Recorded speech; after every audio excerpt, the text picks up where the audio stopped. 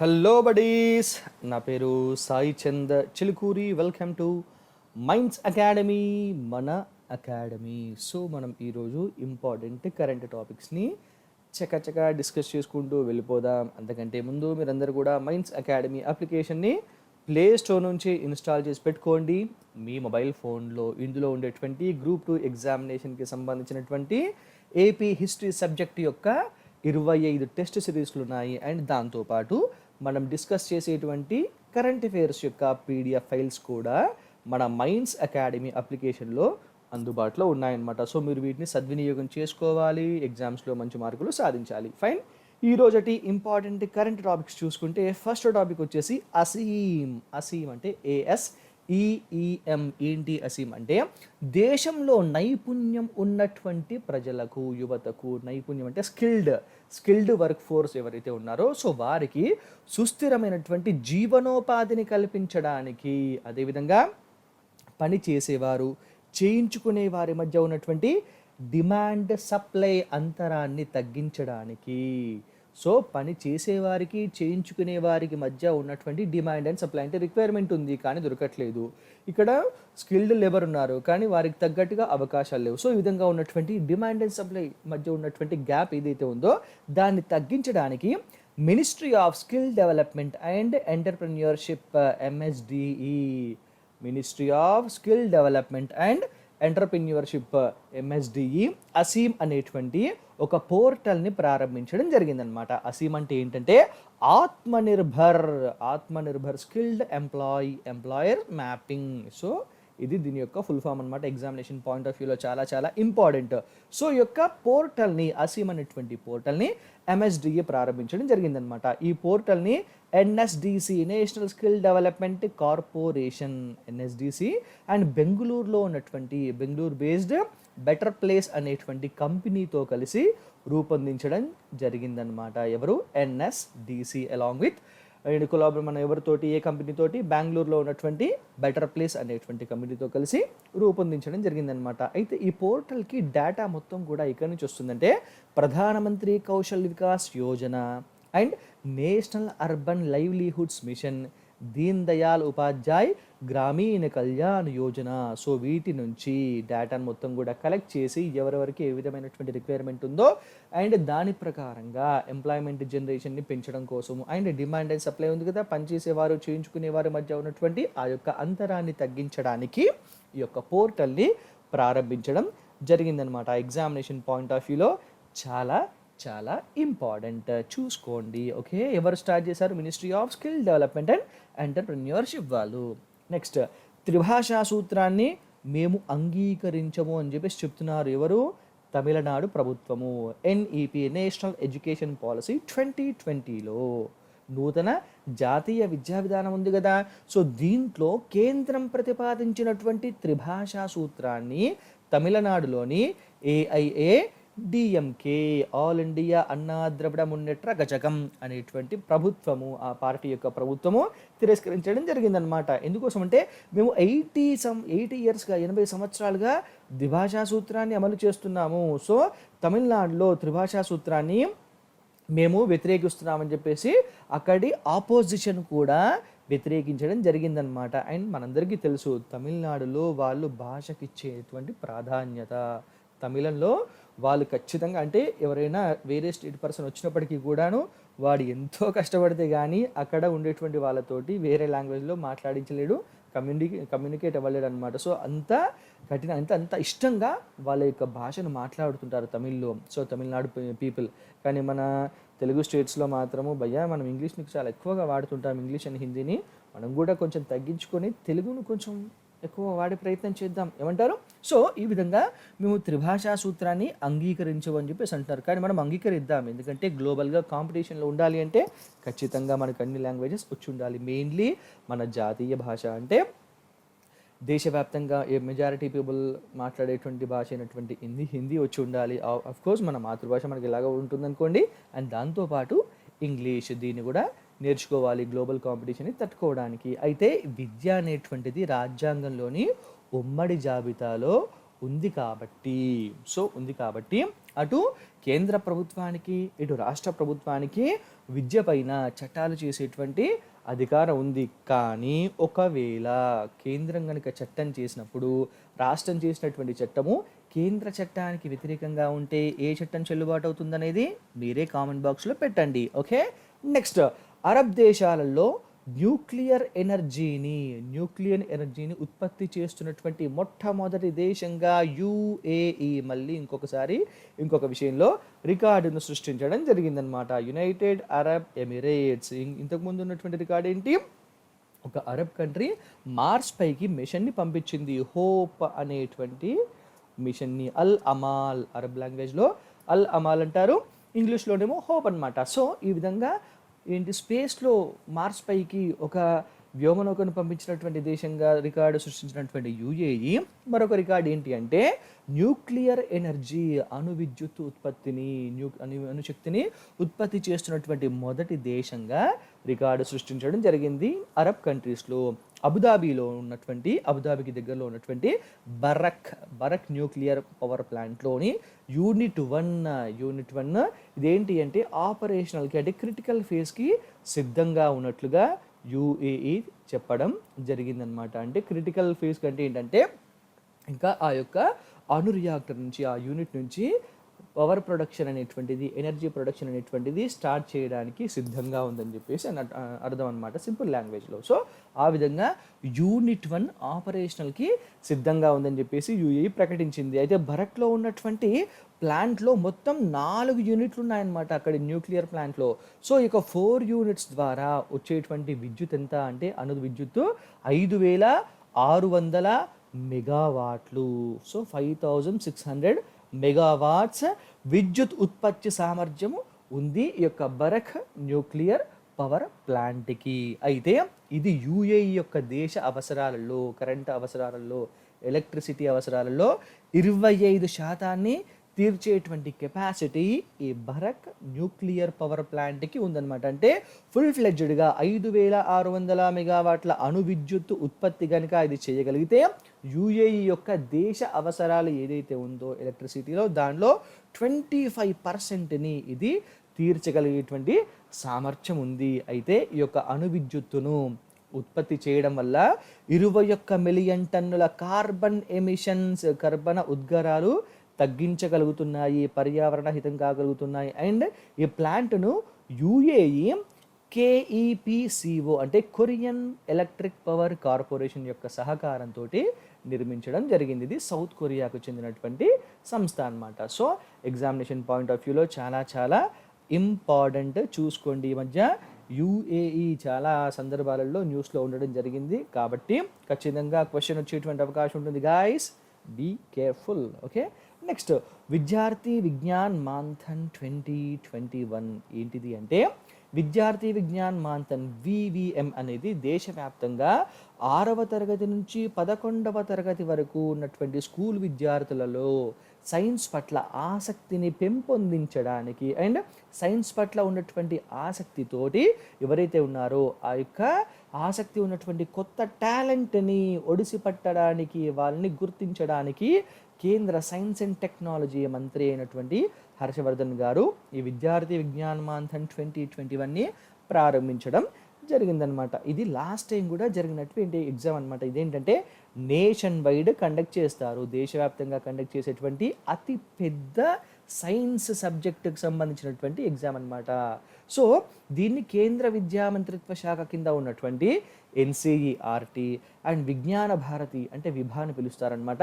విజ్ఞాన భారతీలు ఈ యొక్క VVMని మొదలు పెట్టడం జరిగిందనమాట. సో దీని కింద జాతీయ స్థాయిలో ఆన్లైన్లో సైన్స్ పరీక్షను నిర్వహిస్తారు. ఇది జాతీయ స్థాయిలో జరిగేటువంటి అతి పెద్ద లార్జెస్ట్ ఎగ్జామినేషన్ అంటే అతి పెద్ద పరీక్ష అనమాట. సైన్స్ ఎగ్జామినేషన్కి సంబంధించినటువంటి దాంట్లో దీనిలో ఉత్తమమైనటువంటి ప్రతిభ కనబరిచినటువంటి విద్యార్థులకు సర్టిఫికేట్స్ అందజేస్తారు అండ్ ప్రోత్సాహకాలను కూడా ఇవ్వడం జరుగుతుంది.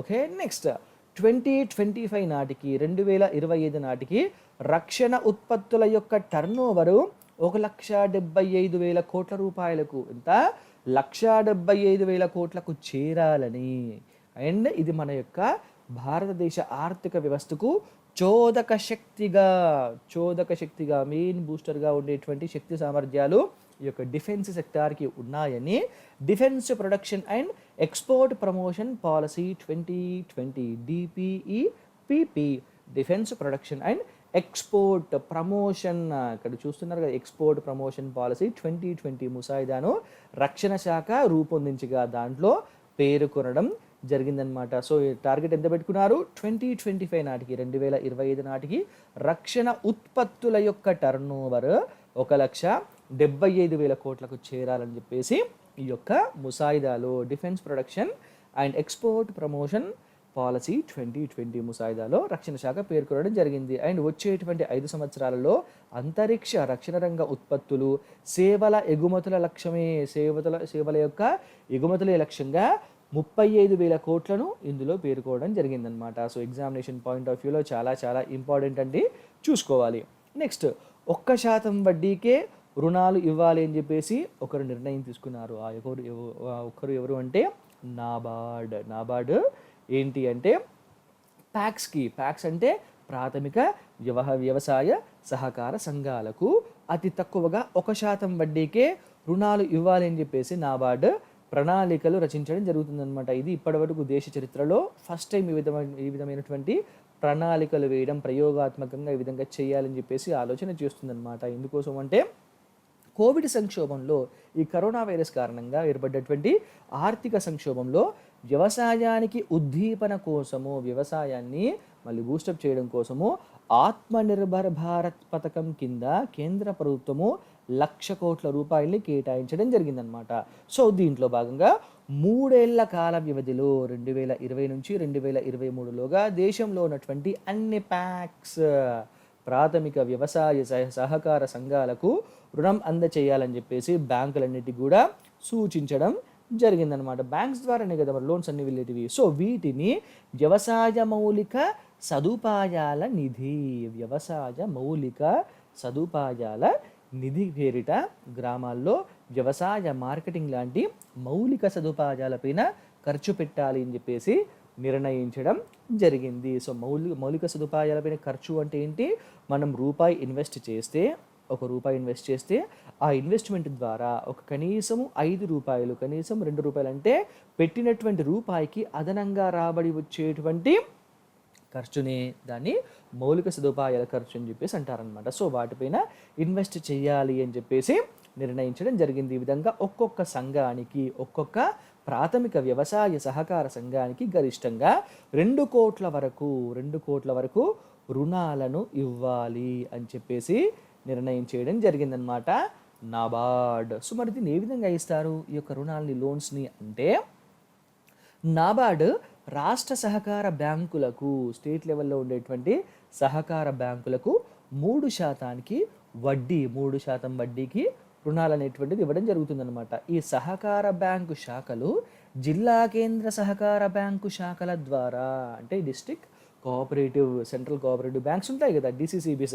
సో వీటి ద్వారా ప్యాక్స్కి అంటే ప్రాథమిక వ్యవసాయ సహకార సంఘాలకు 4% వడ్డీకి అందజేయడం అనేది జరుగుతుందన్నమాట. సో నాబార్డ్ ఏమో స్టేట్ లెవెల్లో ఉండేటువంటి కోఆపరేటివ్ బ్యాంక్స్కి 3%కి వడ్డీకి ఇస్తే, DCCBల ద్వారా ప్యాక్స్కి 4% వడ్డీకి రుణాల్ని అందజేస్తారనమాట. ఈ ప్రక్రియను నిర్వహించినందుకు 1% సొమ్మును సహకార బ్యాంకులు రుసుముగా తీసుకోవడం అనేది జరుగుతుందన్నమాట. అయితే ప్రతి సంఘం కూడా రుణంతో నిర్మించినటువంటి నిర్మాణాలపైన వచ్చేటువంటి ఆదాయంలో, ఇంతకుముందు డిస్కస్ చేసుకున్నాం కదా, మౌలిక సదుపాయాలపైన పెట్టేటువంటి ఖర్చు అనమాట. సో వీటిపైన వచ్చేటువంటి ఆదాయంతో 7 సంవత్సరాల లోపుగా వాళ్ళు తీసుకున్నటువంటి అప్పును ఆ యొక్క సహకార సంఘాలు కనుక తిరిగి చెల్లిస్తే ఆత్మనిర్భర్ కింద అవి చెల్లించేటువంటి 4% వడ్డీలో 3% వడ్డీని రాయితీగా కేంద్ర ప్రభుత్వము భరిస్తుందన్నమాట. సో 4% లోన్ తీసుకున్నారు, దీనిలో 3% లోను కేంద్రమే తీసేసింది అనుకోండి రాయితీగా, అప్పుడు ఎంత మిగిలింది 1%ఏ కదా. సో ఆ విధంగా 1%కే రుణాన్ని పొందినట్లుగా అవుతుందన్నమాట. అంటే ఈ విధంగా 3% మేము రాయితీ ఇస్తామని చెప్పేసి ఎంకరేజ్మెంట్ చేస్తూ దీనిపైన ఆదాయాన్ని పెంపొందించే విధంగా కేంద్ర ప్రభుత్వము ఈ యొక్క ప్లాన్ని నాబార్డుతో కలిసి నిర్వహించడం జరుగుతుందన్నమాట. అయితే కేంద్ర పథకాల కింద ప్యాక్స్ ఈ ప్రాథమిక సహకార వ్యవసాయ సంఘాలు రుణాలు పొందాలి అంటే ప్రాజెక్టు వ్యయంలో వాళ్ళు ఖర్చు పెట్టే వాళ్ళు నిర్మించేటువంటి ప్రాజెక్ట్ ఉంటుంది కదా, సో ఇక ప్రాజెక్టు వ్యయంలో 10%ను సంఘం బాటాగా పెట్టాలి. 100 రూపాయలు కనుక దాని ప్రాజెక్ట్ వాల్యూ అనుకోండి, దీనిలో 10% అంటే ఎంత, 10 రూపాయలు అనమాట. సో 10%ను సంఘం బాటాగా పెట్టాలి. కానీ కొన్ని సంఘాల యొక్క ఆర్థిక పరిస్థితి అంత ఆశాజనకంగా లేకపోవడంతో దీన్ని 5%కి తగ్గించాలి అని చెప్పేసి నాబార్డ్ నిర్ణయించడం జరిగిందనమాట. ఇంతకు నాబార్డ్ అంటే ఏంటి, national bank for agriculture and rural development. So examination point of వ్యూలో ఇంపార్టెంట్ అండి, చూసుకోండి. నెక్స్ట్, బ్యాంకులలో పెరుగుతున్నటువంటి ఎన్పిఏలు, మరి ఆ యొక్క ఎన్పిఏలు పెరిగితే దాని ప్రభావాలు ఏ విధంగా ఉంటాయి అనేటువంటి ఆర్టికల్ ఈనాడు పేపర్లో వచ్చింది నిన్న. సో దాన్ని ఒకసారి డిస్కస్ చేసుకుంటే, ఎన్పిఎస్ అంటే అందరికి తెలుసు కదా, నాన్ పర్ఫార్మింగ్ అసెట్స్ అనమాట, నిరర్ధక ఆస్తులు. ఆర్బీఐ ఇటీవల విడుదల చేసినటువంటి ఆర్థిక స్థిరత్వ నివేదిక, ఫైనాన్షియల్ స్టెబిలిటీ రిపోర్ట్, దీని గురించి మనం ఇంతకుముందు కరెంట్ అఫైర్స్లో డిస్కస్ చేశామండి ప్రీవియస్ వీడియోస్లో, ఒకసారి మీరు అది చెక్ చేసుకోండి.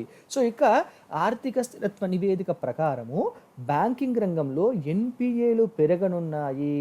సో బ్యాంకింగ్ సెక్టార్లో ఎన్పిఏస్ పెరిగేటువంటి అవకాశం ఉన్నది అని చెప్పేసి ఆర్బీఐ చెప్పడం జరిగిందనమాట. ఈ యొక్క ఫైనాన్షియల్ స్టెబిలిటీ రిపోర్ట్లో గత ఆర్థిక సంవత్సరంలో 8.5%గా ఉన్నటువంటి జిఎన్పిఏ, గ్రాస్ నాన్ పర్ఫార్మింగ్ అసెట్స్, స్థూల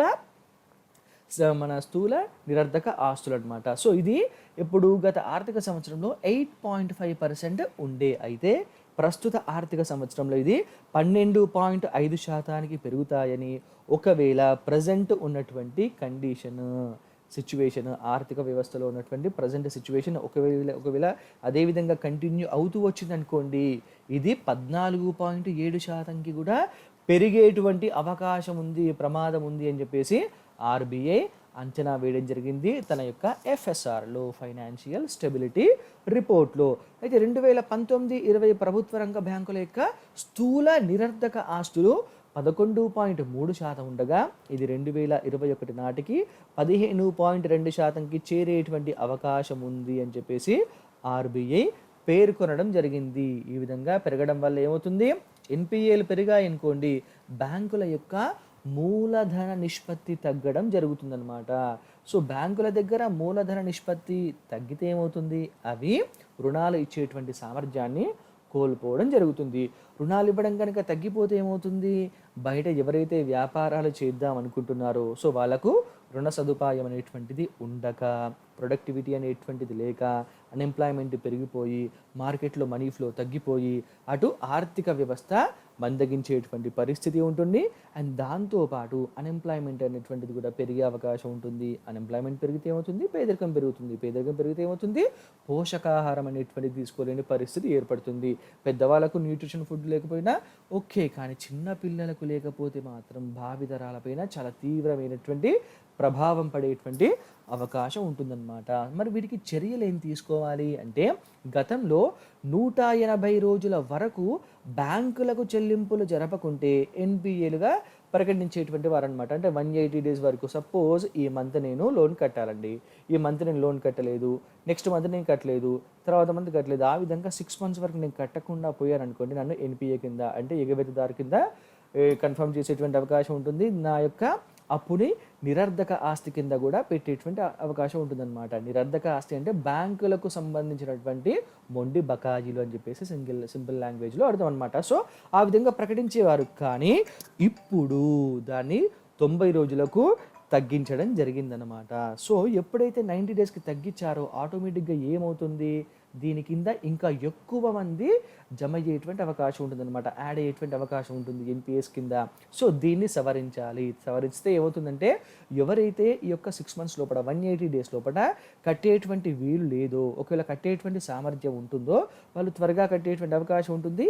ఎన్పిఎస్ కాస్త రికవరీ అయ్యేటువంటి పరిస్థితి కూడా ఏర్పడుతుంది. అండ్ దాంతోపాటు మారటోరియంని కూడా మార్చి 2021కు పొడిగించాలి అని చెప్పేసి చెప్తున్నారనమాట. ఎందుకోసం అంటే, ఇప్పుడున్నటువంటి కోవిడ్ వల్ల, కరోనా వైరస్ వల్ల ఏమవుతుంది, ఆర్థిక వ్యవస్థలో సరిగా బిజినెస్ అనేటువంటిది జరగట్లేదు, వ్యాపారులకు చాలా తీవ్రమైనటువంటి నష్టాలు వస్తున్నాయి, మనీ అనేటువంటిది సర్క్యులేట్ అవ్వట్లేదు బయట మార్కెట్లో. సో దీనివల్ల ఏమవుతుంది అంటే, సరిగా ఉద్యోగం అనేటువంటిది దొరకట్లేదు, దొరక్కపోవడం వల్ల అండ్ ప్రొడక్షన్ రావట్లేదు, ప్రొడక్షన్ లేదు, ఉద్యోగం లేదు, బయట డిమాండ్ లేదు. సో డిమాండ్ ఉందనుకోండి, ఆటోమేటిక్గా ఏమవుతుంది, వీళ్ళు సప్లై పెంచుతారు. సప్లై పెంచినప్పుడు ఏమవుతుంది, సప్లై పెంచడానికి కావాల్సినటువంటి స్టాఫ్ని వీళ్ళు రిక్రూట్ చేసుకుంటారు. స్టాఫ్ని రిక్రూట్ చేసుకుంటే అవుతుంది, వాళ్ళకు శాలరీస్ వస్తాయి. శాలరీస్ వస్తే వీళ్ళు యొక్క మధ్యతరగతి పీపుల్ కానీ హయ్యర్లో ఉన్నటువంటి పీపుల్ కానీ ఏం చేస్తారు, మళ్ళీ ఖర్చు పెడతారు వాళ్ళకి కావాల్సినటువంటి అవసరాల కోసం. ఆ విధంగా మనీ అనేటువంటిది మార్కెట్లో ఫ్లో అవుతూ వస్తుంది. కాబట్టి ఎవరికి కూడా ఏ విధమైనటువంటి నష్టం అనేది ఉండదు. కానీ ప్రస్తుతము ఎవరి దగ్గర డబ్బులు లేకపోయేసరికి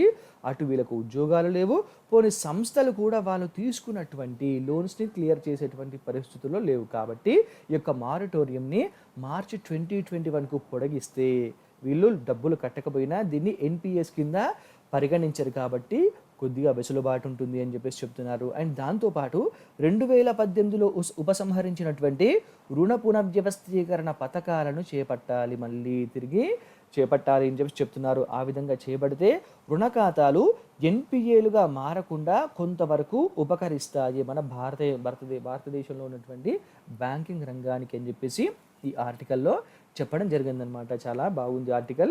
ఎగ్జామినేషన్ పాయింట్ ఆఫ్ వ్యూలో చాలా చాలా ఇంపార్టెంట్, మెయిన్లీ ఇన్ గ్రూప్ 1 మెయిన్స్లో ఎకానమీ పేపర్లో అండ్ జనరల్ స్టడీస్ పేపర్లో కూడా క్వశ్చన్ వచ్చేటువంటి అవకాశం ఉంటుంది. చూసుకోండి ఎన్పిఎస్ పైన.